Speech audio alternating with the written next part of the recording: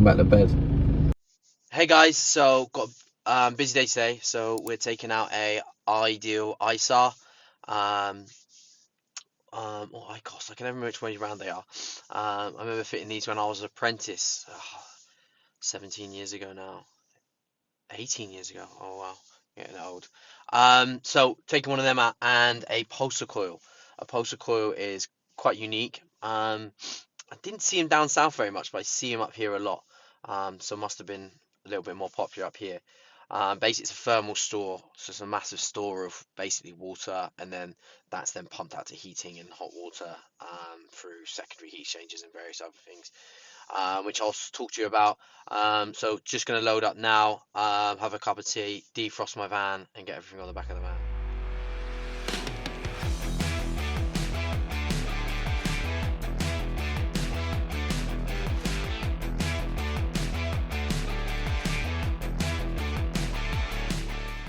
A few moments later. And it's just started to snow. As you can see. Taking this out, Ideal ICOS. I think I messed that up earlier in the video that I did in my van earlier. But yeah, it's Ideal ICOS. So basically, what's happened here, there was a leak above here. Came down, absolutely pouring down into the boiler, going to the electrics everywhere. The PCB's blown. Not sure if the fan's gone as well because there's loads of water in that as well. So just decided to rip that out, as well as the pulsar coil. I'd say we decided to rip both out and put a combi in, so we're going with the Worcester 4000, which is always nice. Just try to drain this down. That doesn't open as normal. Washer stuck in there. Luckily, there's another drain off over there that will do it. So that's what we're doing today. A couple of days on this, Charlie. Okay. So basically, you've got flow and return from the boiler that are coming up from the boiler, right? Yeah, which will going into the cylinder. And then you have flow and return going out of the cylinder or the thermal store into the heating. Well, we no longer need that, right? So we have to basically connect these pipes up. So under here, you can see, I've labelled them up. So you can see we've got heating return, heating flow. So I'm going to cut that, and then I'm going to connect that to the heating return. Yeah, then heating return is that one. Yeah, so that there, the flow, so the boiler is going to come up here, and then it's going to go down there. Yeah. And then it's going to go back this way, and then back to the boiler. So effectively, there's going to be a loop there. Obviously, this is buried under the floor anyway, so it's not the end of the world. And then obviously all that will come up. Does that make sense? Yeah. Cool.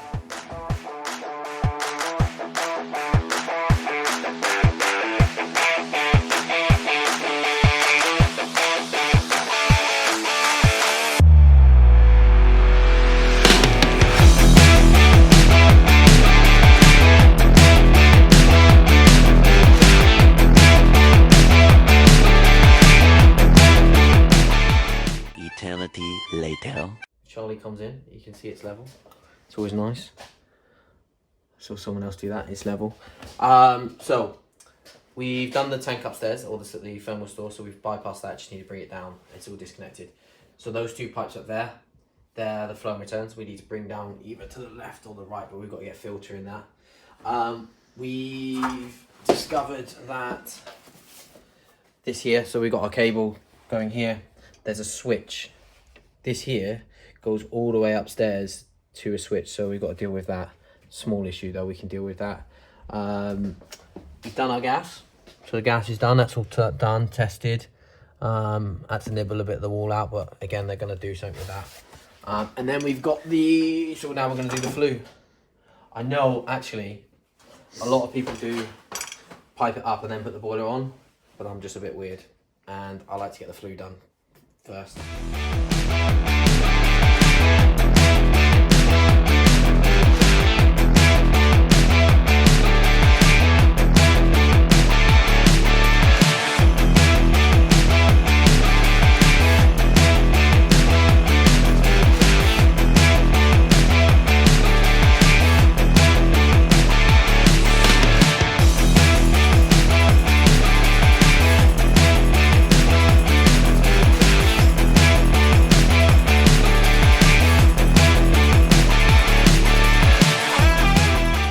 Day 2. So day 2, so what we're doing now, so we've done our flow returns. We've got our filter up there, they're running straight down.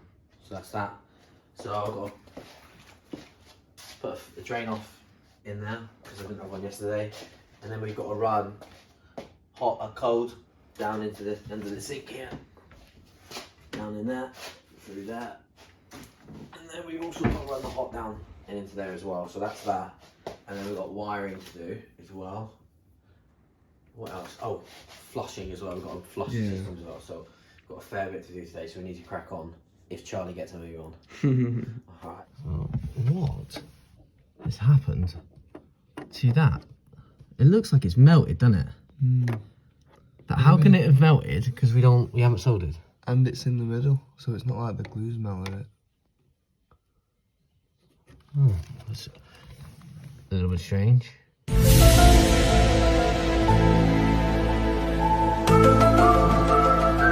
It's melted. Is it melted? Must have.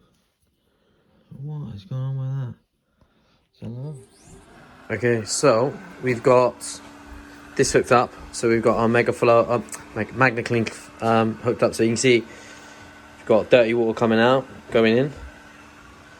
Clean water coming out. So basically there's a couple of magnets in there which I'll show you later.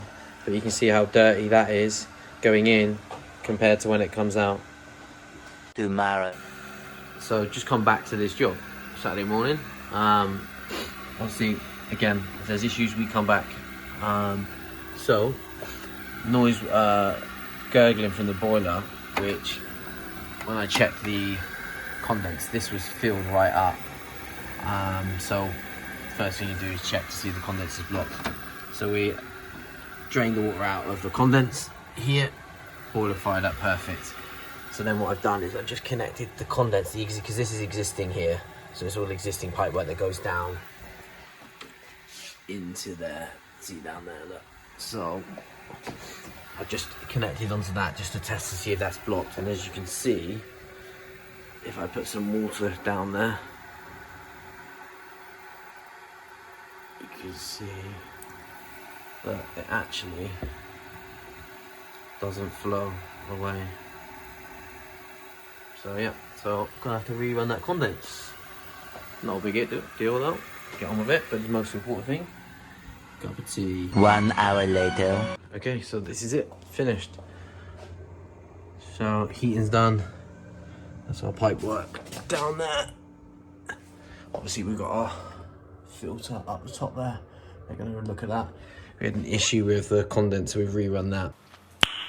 Nice.